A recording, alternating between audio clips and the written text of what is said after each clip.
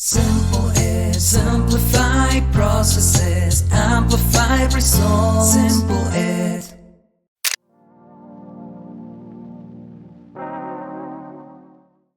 I just want to discuss with you all, how does this session come about? So I started Simple Ed about 10 years ago, and the primary goal of Simple Ed was to help American institutions connect with students across the globe.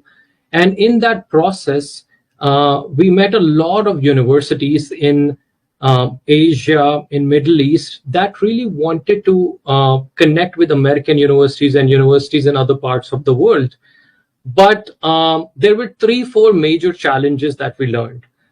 First challenge, of course, is when you're trying to do a cross-border program, any kind of a program, whether it's faculty exchange, student exchange, any kind of MOU articulation, there's so many different challenges, from visas, different regulations, currencies, and whatnot. And it can get very overwhelming very quickly. The other challenges are just to have the knowledge on how to navigate something as complex, right? Because the regulations, both academic and legal, are very different in different parts of the world.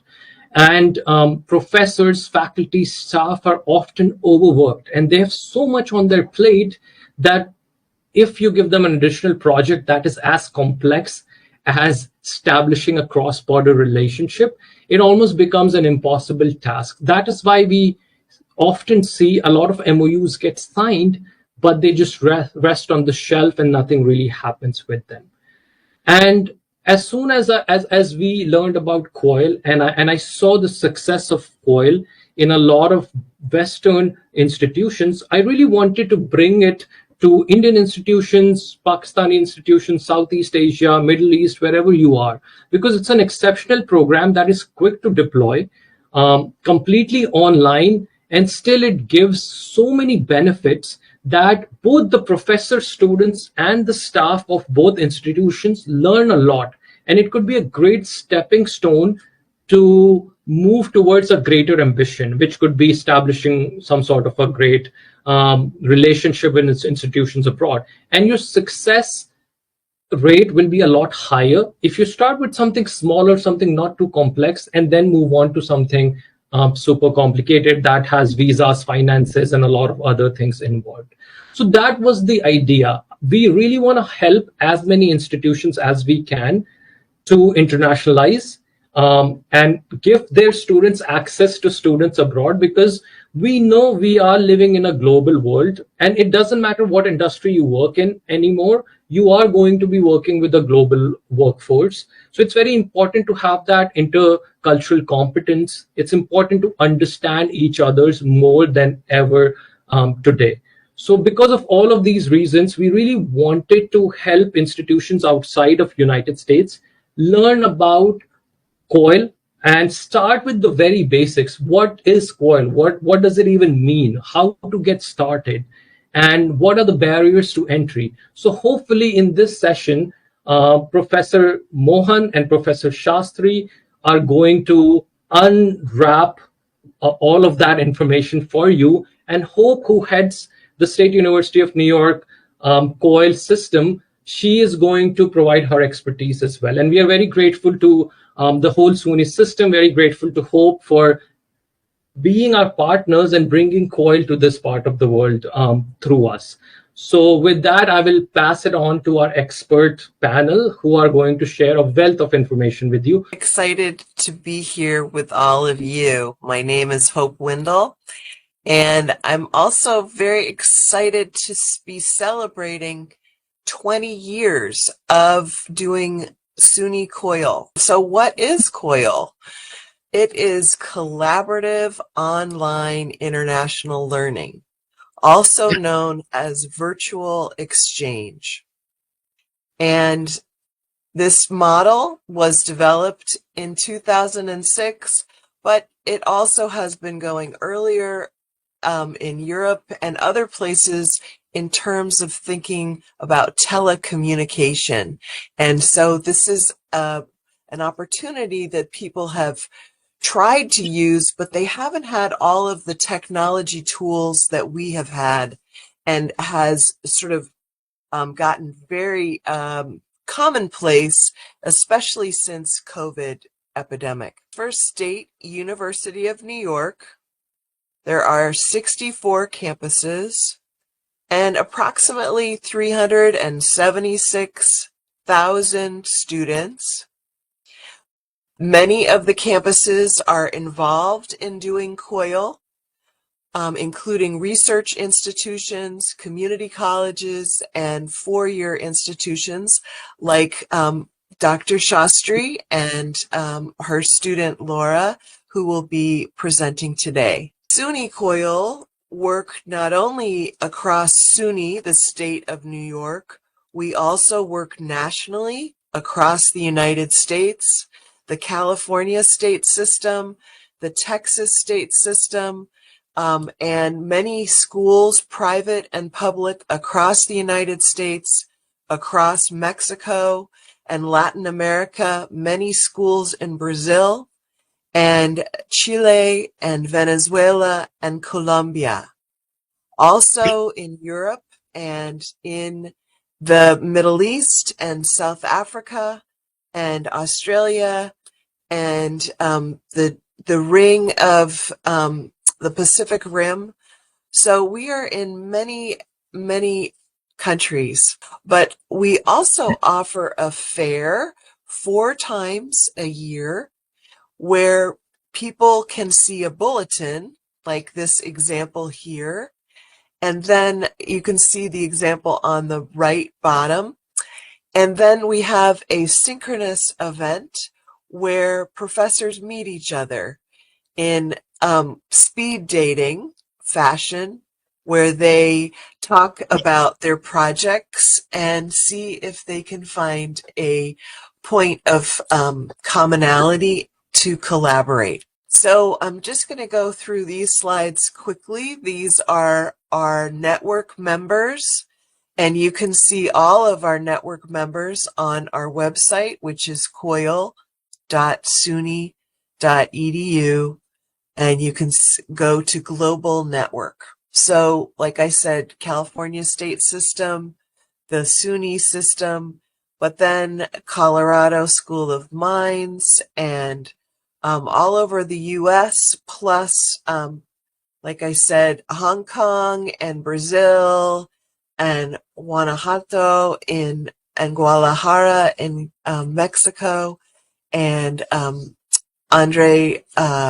Universidad Católica Andre Bello, which is in Venezuela. So we know our university community members very well, and I'm working currently with a wonderful partner in Kazakhstan, and also in the Philippines. We have many partners, but one place that we don't have many partners is India. So you would be the beginning of this wonderful consortium of Indian academics. And basically, it's an opportunity for both professors to work on a project with their students. Perhaps they start by visiting each other's class, and then perhaps offering a lecture to each other's students, and then perhaps the students themselves work on a project together, synchronously in real time or asynchronously. Usually it's a combination, and mostly it's asynchronously, so the students are working online together. And as it says here, they will be chatting in a tool like WhatsApp or Signal, and they will be doing online work in Google Classroom. And usually it's a combination of these tools plus the LMS of your institution. That's the Moodle or Canvas or Brightspace or Blackboard, whatever your school might use. There's a mnemonic, a visual of how it works.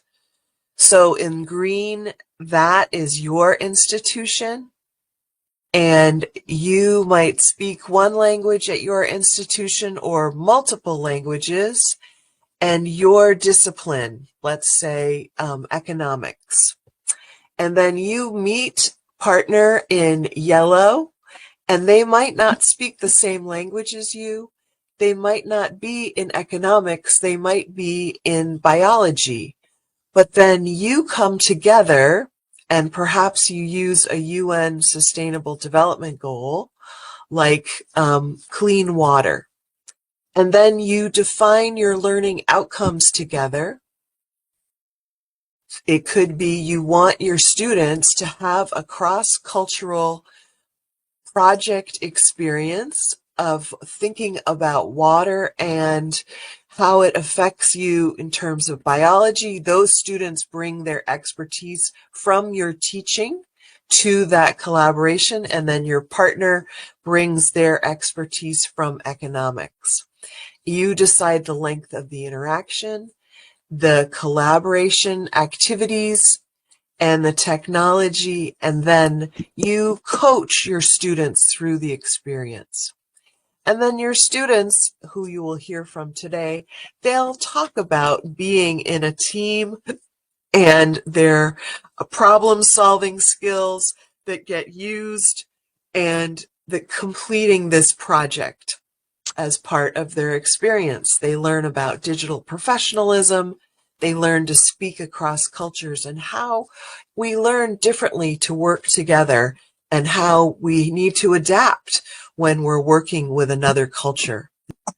And usually there are 4 phases of every collaboration: a team building, and then a discussion where the groups are formed and we understand who's in what role, the project that they do, and then the conclusion and reflection. And this should not take up your whole course. Think of it as part of one module in the whole semester of your teaching. Your course does not need to become a COIL course. Just think of it as a COIL project.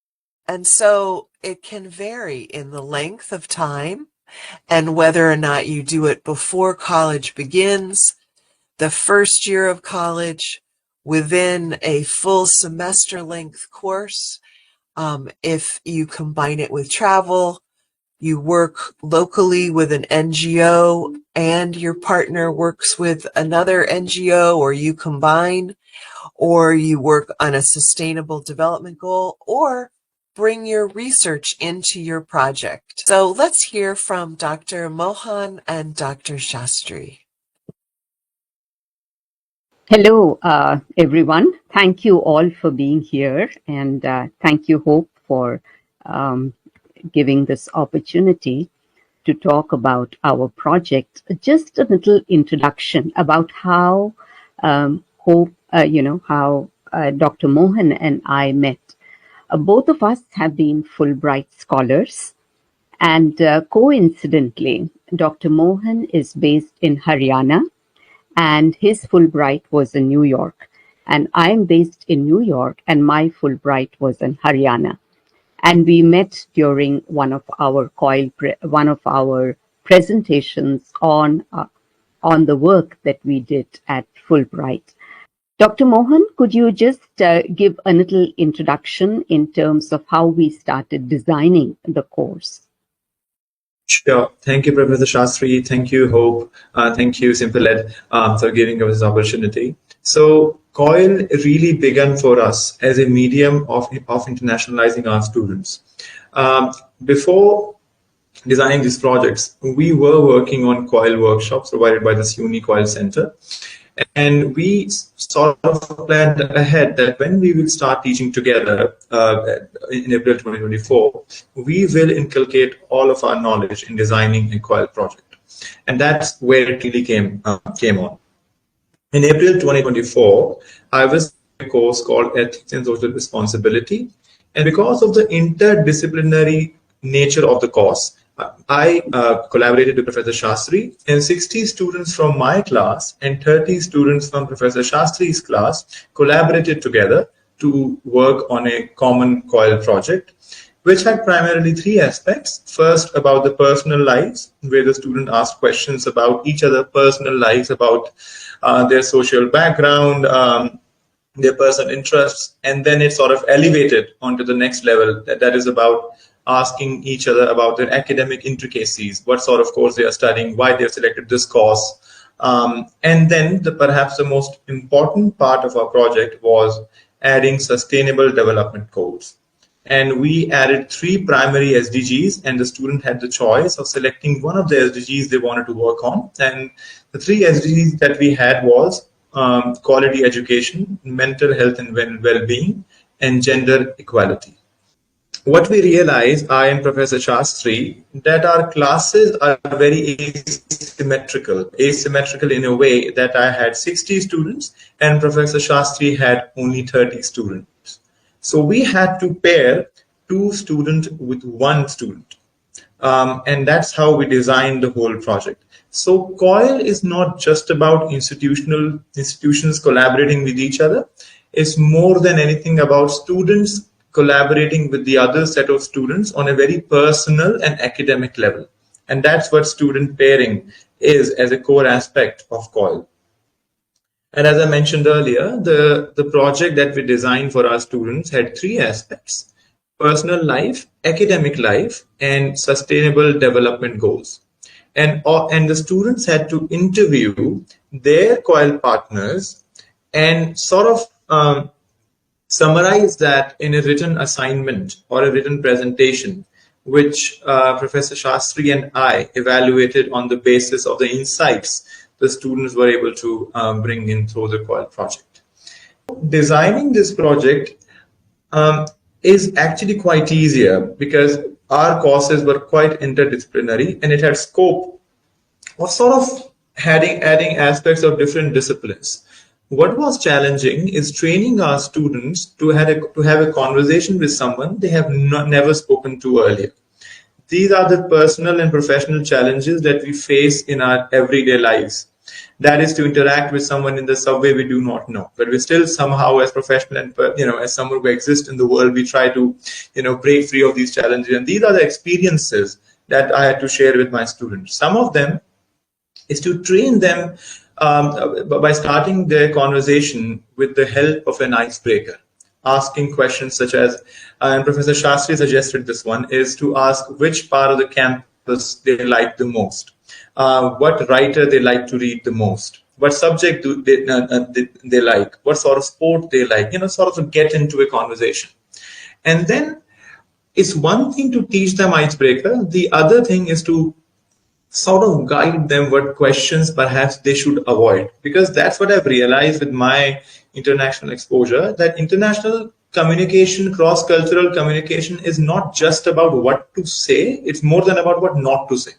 So so what I did, I sort of organized a mock COIL classroom in my class and put students one-on-one and made them interact with each other as they do not know each other. And when they started conversing with each other, I pointed out, what, you can say this in that way. And that's how I helped them sort of taking their first steps in these cross-cultural collaborations. And COIL, as we will speak, can really act as a radical method of converting students as independent project managers. Course that I selected for COIL, one of the things that I would like to say is, as Hope mentioned earlier, this is just a little project and it doesn't take more than 4 to 5 weeks of the entire semester. So the course is not a COIL course, it is just a COIL enhanced course.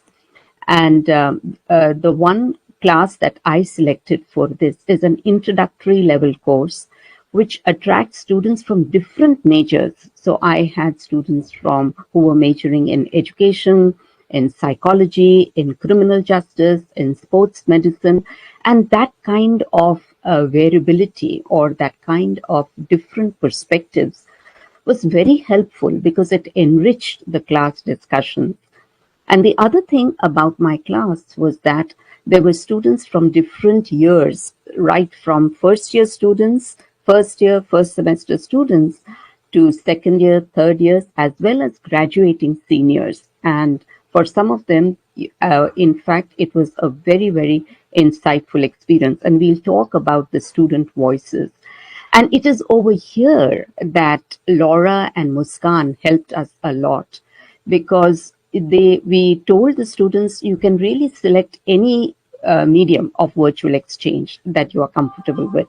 You can do these conversations with each other within the international teams on Zoom, or you can do it on WhatsApp.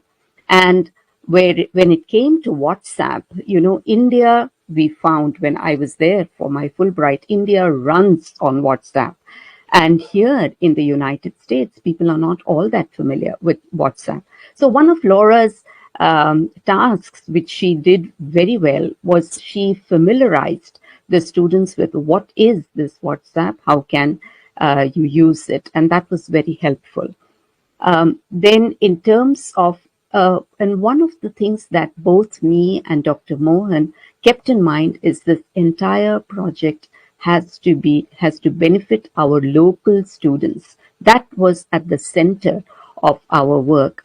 So it was certainly very much related to our institutional strategic plan, where we say that only undergraduates will be globally engaged and civic-minded. So we have this goal of helping students become global citizens and helping them develop the skills that are needed, competencies that are needed for careers in the global workforce, and at the same time becoming very sensitive to what is happening at the local level. So global, as we say. The course I selected was a VAC, was a value-added course. It meant it had students from different disciplines, students enrolled in law, students enrolled in psychology. Muskan was enrolled in psychology. Students enrolled in management and other courses. And that really helped me to sort of spread COIL across the institution, across different students. And the course, as the name suggests, title suggests, it included philosophy, political science, sociology, ecology, and all sorts of courses. So that gave me flexibility to work around a rigidity of a particular discipline to design a project which can be equally applicable to all students, irrespective of their academic specialty. So that is a suggestion which I pass on to anybody who is interested in pursuing COIL, is to select a project, at least as the first step of doing their COIL project, is to select a project which is quite flexible. COIL as a pedagogy is not just about collaboration, but it's also about training students to become independent managers. So COIL gives immense flexibility and capability to students to grow as independent leaders and thinkers. Now, this is at the heart of our project. It demonstrates how the different components of higher education come together in COIL. So COIL helps us to address educational equity in the sense that each and every student, when we talk about study abroad programs, we do realize that not each and every student in the classroom will be able to do a study abroad program for a whole sort of reasons, for a whole range of reasons, whether it be financial reasons, whether it be in terms of family responsibilities. It is not really reasonable and practical to expect each and every student in the classroom, as one of, when I first joined SUNY, I had this ambition that I should be able to take my entire class of students to India. And then gradually I realized that it is not going to be possible. And that is where I think I got attracted to COIL, because each and every student can get this kind of working in an international team experience. So in that sense, it certainly helps to address educational equity. That is the power of COIL. And students gain intercultural competencies, and it promotes a more inclusive and globally engaged educational experience. We are enriching the experience of the students and going beyond the walls of the classroom and giving them opportunities to interact with people whom they have never met in a different time zone, in a different continent, and students get very, they get very excited about this. Wow, the classroom is going to expand. The second component is that it certainly prepares students for competencies in future careers. And one of the frameworks that I have in my course is I tell them it is improving college study skills. And I tell them that there are two major goals of this course. I certainly want you to become successful students, but at the same time, even competent employees. And the COIL experience helps us enrich these career competencies. And as I mentioned earlier, it is definitely linked with our institutional mission in terms of our emphasis on applied knowledge, experiential learning, and a global curriculum. And helping students examine and explore diverse perspectives, multiple perspectives, certainly enriches them. That is what we have noticed. And you will see that in the reflections that we gathered from our students. This is my favorite part, because as I implemented COIL, I saw real-time change in my students. A lot of my students come from a very unique sociological background with limited international exposure. And all of my students were enrolled in their undergraduate studies, and a big chunk of them was interested in pursuing masters from a foreign university. And as they come from this unique, sociological background with limited international exposure, they had severe anxiety that they shared with me about going abroad, studying in a foreign university, adjusting to a foreign personal and academic life, making friends, and all those things which comes to them quite easily and naturally in their natural habitat. However, COIL as a pedagogy really helped them to realize that the other person in different part of the world is almost like them. And the family, Vasudev Kutumbakam, which Professor Shastri mentioned, they really felt it to an extent.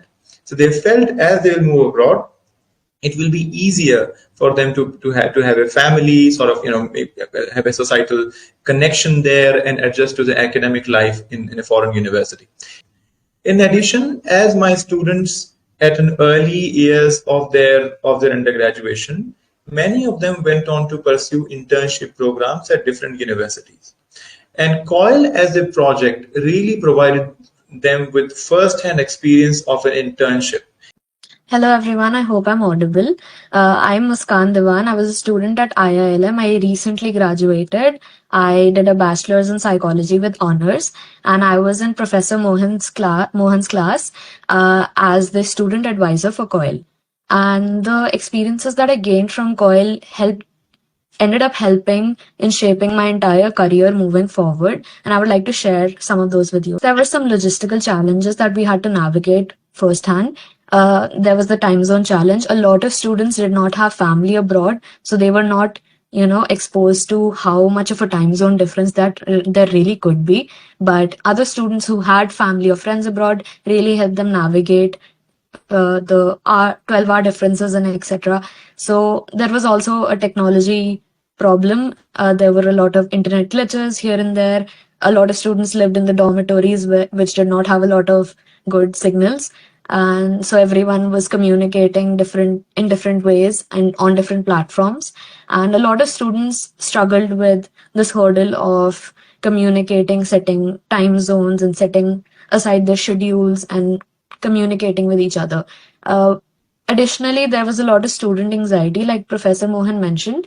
A lot of students had not been exposed to an international student base, and with the regular check-ins from their peers as well as me, it really helped ease their stress and anxiety. It made them realize the worries and apprehensions they were holding were just a mere cognitive glitch, and the person on the other side of the screen is just a student like you. They are in an undergraduate course, maybe a year or two younger or a year or two older. So this really helped them navigate talking to another student, and the students at my class really started to cooperate with each other. We were all from different majors, mainly psychology, media, law, etc. So we all came from different backgrounds, held different cognitive biases, and once we came together for this project, the struggles made us closer to each other as well, especially in the dormitories, because I lived in the dorms. There was a common room, and during the COIL months, during the night, all the girls would like gather together and try to plan out interview questions, which really helped us bond together and understand each other again on a human level. And there were a few students who were struggling with things on their own, with their personal things, with family things, students who were living away from home. And there were a lot of cultural differences, as one would imagine. But what I really found interesting was there were a lot of cultural similarities as well. So there is the stereotype that New Delhi and New York are both cities which contain people who are very loud and aggressive. But this stereotype is again a stereotype, and under the heart of this very cold city, there are warm spots. So we found this cultural difference to be a cultural similarity between both of our states. And again, we started with a very formal tone, and I remember ending with like really informal tone, jokes here and there, and we were just having fun connecting with another student. My project was on SDG 4, so we talked about how our different programs were designed. IILM had a lot more theory, and SUNY had a lot more practicality. And again, in a perfect ideal world, both are required. So we designed this hypothetical, education system where both these things could be required, again, in a very casual conversation. And what I didn't realize at the time was that that conversation would shape up my life after graduation. I am currently the founder of a non-profit organization that is specifically working towards SDG 4. And the funny thing is that me and my partner picked SDG 4 out on a whim because it seemed easier. But then again, when you connect with another person from across the world, you realize so many things about yourself, about them, and the world, and you understand your strengths, weaknesses, and then once you have that really good clarity, you can understand what you can do to make effort in changing or bettering academia and the world as well. Again, my last perspective was that a lot of students understood how to put themselves in places where they were uncomfortable before. So a lot of students got to burst their little bubble, including myself. I was very anxious about talking to people in general or talking in webinars like these, but now I can handle that with ease. And a lot of students started putting themselves out there. And now, after all of us have graduated, they've gotten really good jobs, or half of them are studying abroad, and just meeting new people, having the time of their life, and trying to pursue their education in academia a little more wiser. Over to you, Laura. Thank you. Hello, everyone. My name is Laura Sandoval. I'm a senior major in professional accounting, and I helped Professor Chastry throughout the whole COIL experience. As Muskan mentioned before, we had some logistical challenges, especially with the time zone difference. It was really hard to find a time that would work for them and for us too. But there was a time that we finally figured this out, and it went a little bit more smoother. Students' cooperation was something that we really wanted to reach. That way the conversation will go a little bit more smoother. They will be more into the friendly side, but not like feeling that they had to overshare just whatever they felt comfortable with. Privacy was one of the issues that they felt a little bit concerned about, because it's people that you've never met before. But we try to explain them that this is the time for them to exchange their backgrounds and culturally trying to connect and make the best out of this experience. Of course, we have some unforeseen challenges, like some students getting sick and not being able to finish the whole course and then having to repair them. But this just was something that it was a hiccup and it was fixed, and there was no problem with that. Maintaining the communication seems like it was going to be hard, but as soon as they find something to talk about that they had in common or they felt comfortable with, it made the experience go a little bit faster for them, and they found that maybe this was a way to network in some way, because you never know if the other person is interested in coming to the US or you're interested in going to India, and now you have a friend for life. From my end, we were doing some data collection. So we have the pre and the post survey. They help us understand what are the expectations that the student have, as well as some of the goals that they wanted to achieve. So for some of the students, they were doing this not because it was for the class, but because they wanted to improve their interpersonal skills. They wanted to improve how they were presenting themselves to people and how to talk to them and what was socially appropriate to do. Luckily, we were able to reach those goals with them. They felt like the whole experience helped them not just in a academic level, but also a personal level, and they would do it again. Working as a COIL coordinator has taught me how to prepare myself for spaces like this and share my experience. Something really nice about COIL is that it opens up your mind into thinking that there's a world out there that is ready for you to explore, and you can do this through a computer like this. It's which is an easier way to start getting comfortable with what is out there for you. For the findings that we had was that students are now more interested in studying abroad. They will find ways to do so, and that is something really exciting, I would say. Thank you so much. Now, these are the student voices. And if you could bear with me, I really want to sort of distill down the first one. This is what the student reflection piece says. Overall, this COIL project was an incredibly rich interpersonal experience. It sort of coincides with what Laura mentioned a minute ago, that they found these interactions to be very enriching. It helped me cultivate the career competencies of communication, professionalism, and digital literacy. I also had to be professional and punctual in correspondence and show up for the interview ready to go. You know, this kind of, I mean, we are talking about a 19, 20, 21-year-olds, and this kind of maturity that you see in them, that I have to do my job. Overall, using Zoom and navigating different time zones was a helpful skill to practice. This experience will help me a lot if I decide to work in an international context.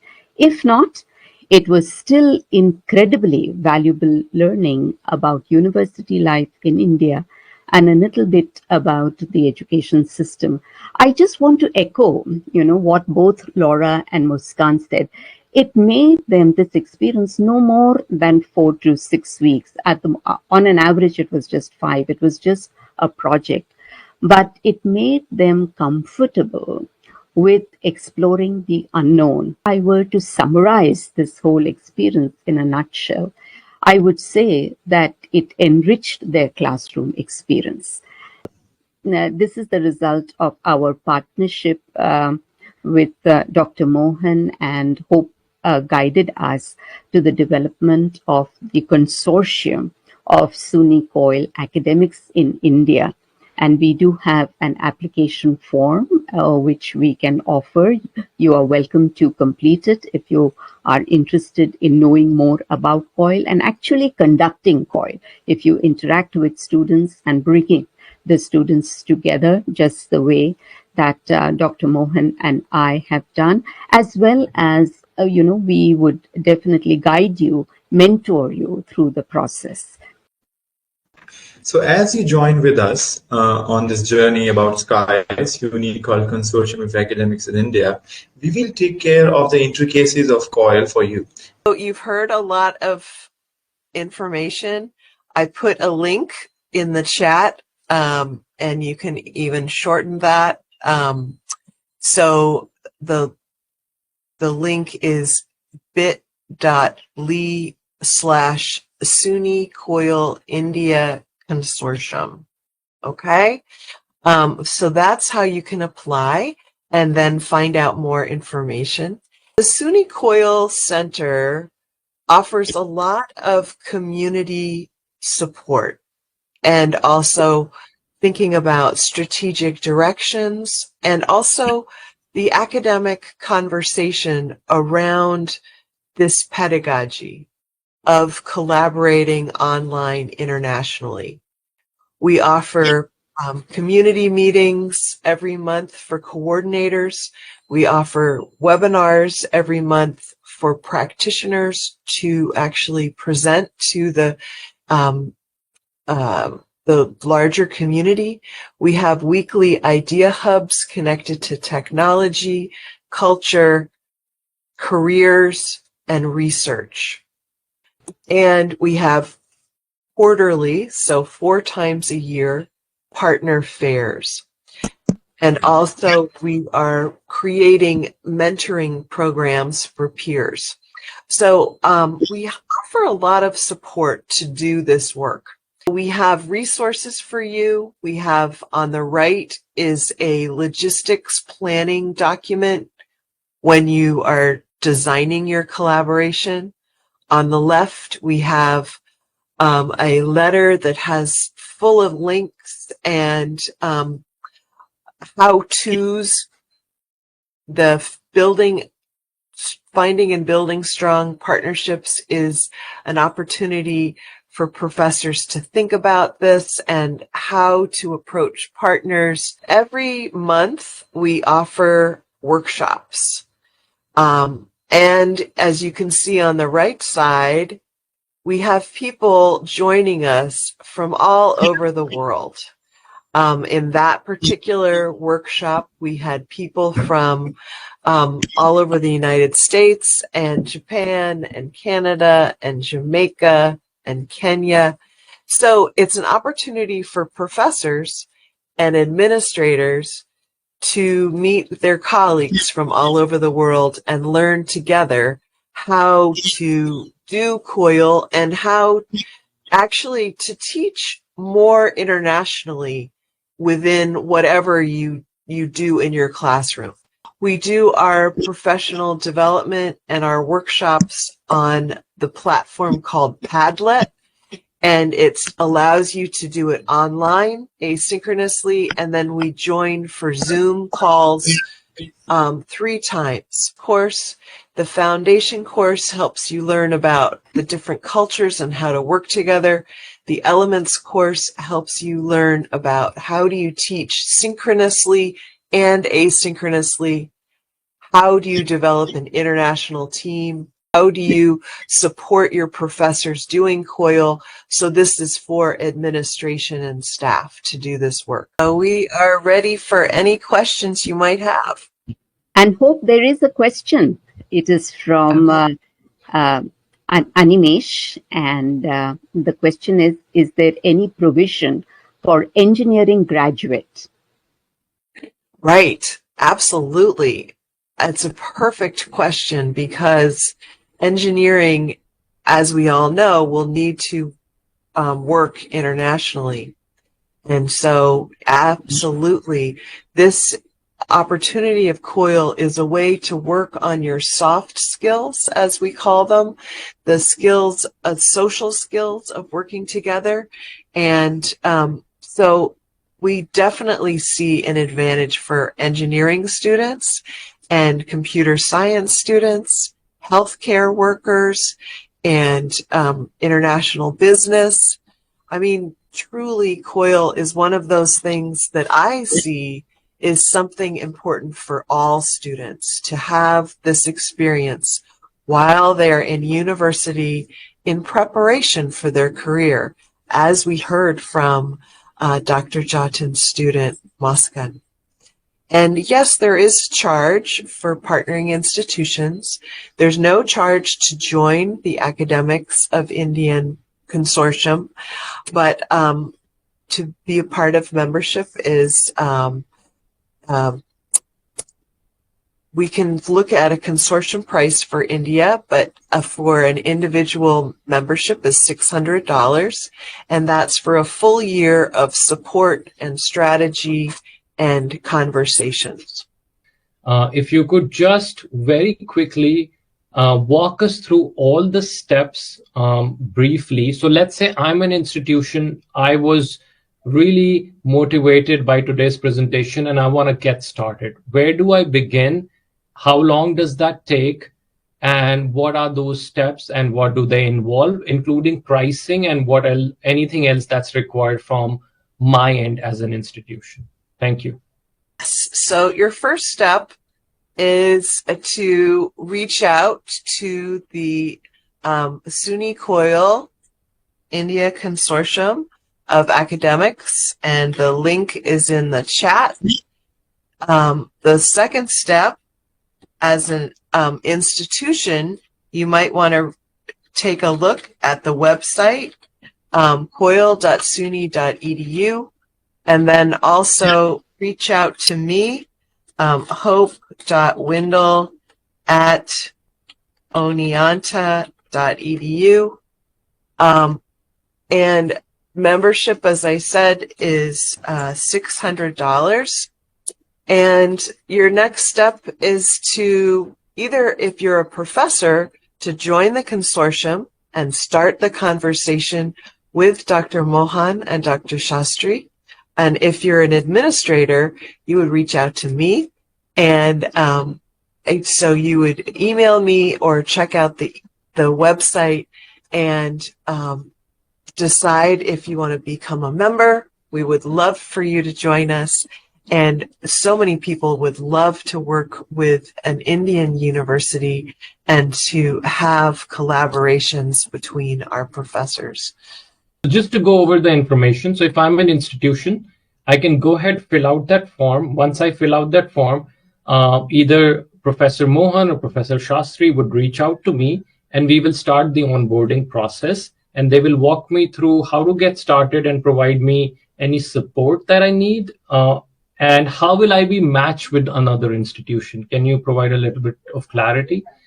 And how do I partner with another institution? For example, like Professor Mohan and Professor Shastri partnered with each other. What did that process entail? Great. Well, you can match with someone. In the case of Dr. Shastri and Dr. Mohan, that was through Fulbright and their personal connection. But for people in the SUNY COIL community, we have 4 partnering fairs and 4 bulletins that go out every year. And the fair is when people meet each other. But each institution on this call, you might have particular partners that you like to work with. And so we encourage that, and we would support you to bring your partner along. And so you could have professors at your partner institution and professors at your institution who are excited to do this, work together and develop projects, and we would support you through that process. Just to emphasize what Hope said, if you are an academic, one thing that you can do right away is to complete the application form. And then Dr. Mohan and I will talk with you. We will ask you about your interest in workshops and host these workshops. And we will mentor you in terms of understanding what COIL is and how it can be done. Then you will be ready to partner and design. With that, I would like to thank all the participants for taking time this evening to join us, and also all the expert speakers, Hope, Dr. Mohan, and Dr. Shastri. Thank you so much. And also to our wonderful students, Muskan and Laura, for sharing your experience. And we really, really hope it was useful. And good luck, everyone. Have a wonderful evening. Take care. Namaste. Hello, thank you so much for watching this recording. I hope you found it useful and valuable. My name is Yasir and I'm the founder and CEO of SimpleEd. At SimpleEd, we do amazing international education events throughout the year, so please check out our website and find out more information.